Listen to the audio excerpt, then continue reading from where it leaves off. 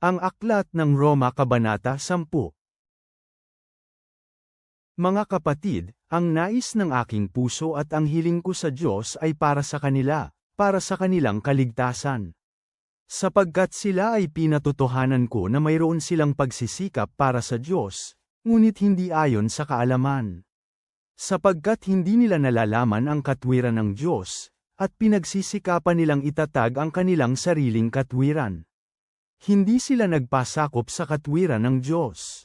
Sapagkat si Kristo ang katuparan ng kautusan para sa katwiran ng lahat ng sumasampalataya.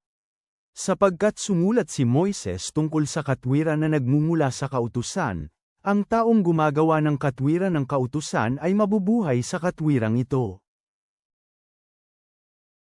Ngunit ganito ang sinasabi ng katwiran na nanggagaling sa pananampalataya. Huwag mong sabihin sa iyong puso, sino ang aakyat sa langit, sa makatuwid ay upang pababain si Kristo.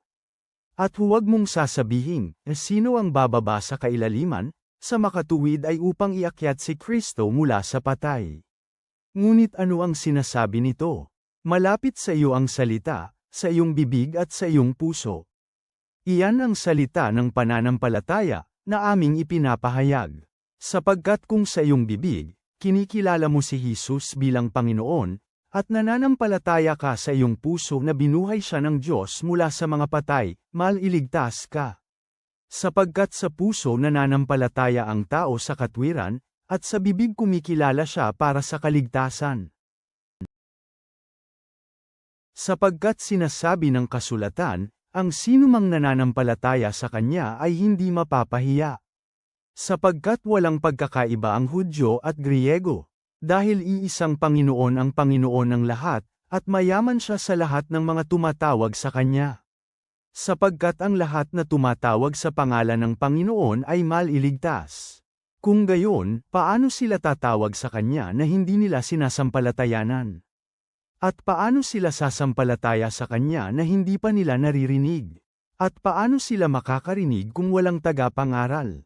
At paano sila mangangaral kung hindi sila isinugo, gaya ng nasusulat, kay ganda ng mga paa ng mga nagpapahayag ng mga masasayang balita ng mga mabubuting bagay. Ngunit hindi lahat sa kanila ay nakinig sa Ebanghelyo. Sapagkat sinasabi ni Isayas, Panginoon, sino ang naniwala sa aming mensahe? Kaya ang pananampalataya ay nanggagaling sa pakikinig, at pakikinig sa salita ni Kristo. Ngunit sinasabi ko, hindi ba nila narinig? Oo, tiyak na narinig nila. Ang kanilang tinig ay nakarating sa buong mundo, at ang kanilang mga salita sa mga dulo ng mundo. Bukod dito, sinasabi ko, hindi ba nalaman ng Israel? Noong una ay sinabi ni Moises, iinggitin ko kayo sa pamamagitan ng isang hindi bansa. Sa pamamagitan ng isang bansang walang pagkaunawa, gagalitan ko kayo. At sinasabi ni Isayas ng buong tapang, natagpuan ako ng mga hindi humanap sa akin. Nagpakita ako sa mga hindi nagtatanong tungkol sa akin. Ngunit sa Israel sinasabi niya, buong araw kong iniunat ang aking mga kamay sa mga taong suwail at matitigas ang ulo. Ama naming nasa langit, salamat po sa iyong kaloob ng kaligtasan sa pamamagitan ng pananampalataya kay Kristo Jesus. Tulungan mo po kaming buong tapang na ipahayag ang mabuting balita at ibahagi ang aming mga patuto sa mga tao sa aming paligid, upang makilala rin nila ang iyong pag-ibig at biyaya. Naway alalahanin namin na ang pananampalataya ay nagmumula sa pakikinig, at hayaan mo kaming maging masigasig sa pagpapalaganap ng iyong salita, na nagtitiwala sa iyong mga pangako.